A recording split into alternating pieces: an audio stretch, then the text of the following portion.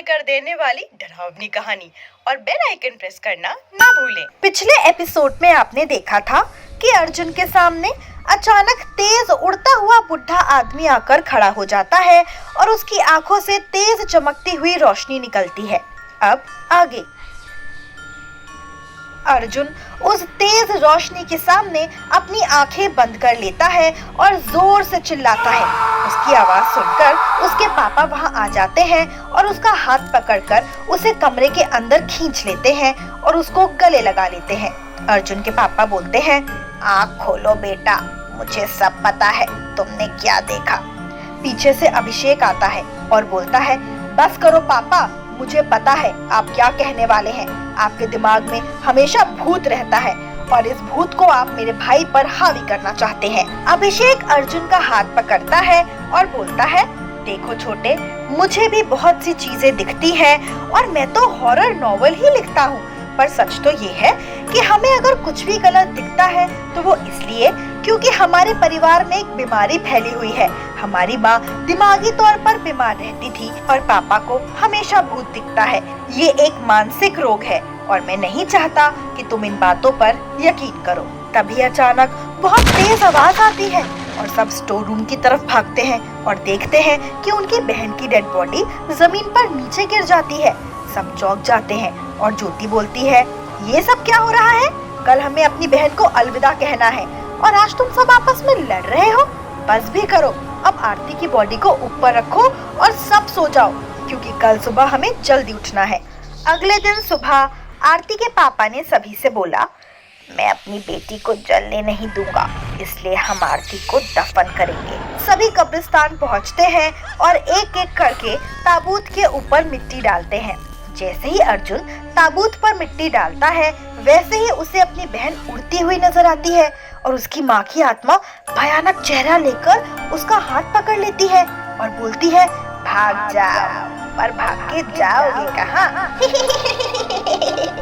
अर्जुन एक बार फिर चिल्लाता है और अभिषेक उसको सभी के सामने एक जोर से थप्पड़ मार देता है। अभिषेक गुस्से में बोलता है, निकल जा यहाँ से और दोबारा कभी अपनी शक्ल मत दिखाना। सभी लोग सीमा के घर वापस आते हैं और सीमा के पापा गुस्से में अभिषेक से बोलते हैं, मैं अगर बता भी दूं कि मैंने तुम लोगों को किस मुसीबत से बचाया था, तब भी तुम लोग मेरी बात का विश्वास नहीं करोगे।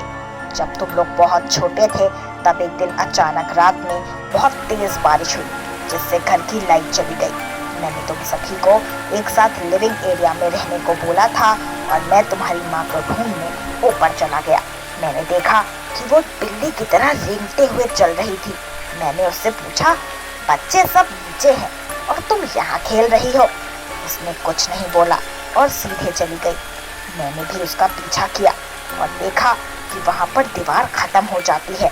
फिर आखिर वो गई कहाँ? पीछे पलटकर जब मैंने देखा तो वो दीवार पर लिख रही थी, सब मरेंगे। और जब मैंने उसका हाथ थामा तो वो इतना तेज चिल्लाई कि घर की सारी खिड़कियां टूट गई और वो खुद बेहोश हो गई। अगले दिन मैंने उसको कुछ नहीं बोला, बल्कि सिर्फ ये बोला कि तुम कुछ दिनों के लिए अपनी बहन संगीता के घर चली जाओ, थोड़ा माहौल बदलेगा तो तुम्हें भी अच्छा लगेगा। तुम्हारी माँ मान भी गई थी, पर फिर अचानक पता नहीं क्यों उसने कहीं भी जाने से मना कर दिया। हमारे घर के नौकर सरजू ने मुझे बताया कि मालकिन का घर से निकलना बहुत जरूरी है क्योंकि ये घर एक दिन सब कुछ खत्म कर देगा और आपको भी ये घर निकल जाएगा। उस वक्त तो मुझे उसकी बात पर हंसी आ गई थी, पर अब लगता है कि लाल बंगले का राज अगर पहले पता चल जाता तो मैं अपना परिवार लेकर वहाँ कभी नहीं जाता। अभिषेक फौरन कुर्सी से उठता है और बोलता है, लिखता मैं हूँ, पर लगता है आपसे बड़ा राइटर दुनिया में और कोई नहीं होगा।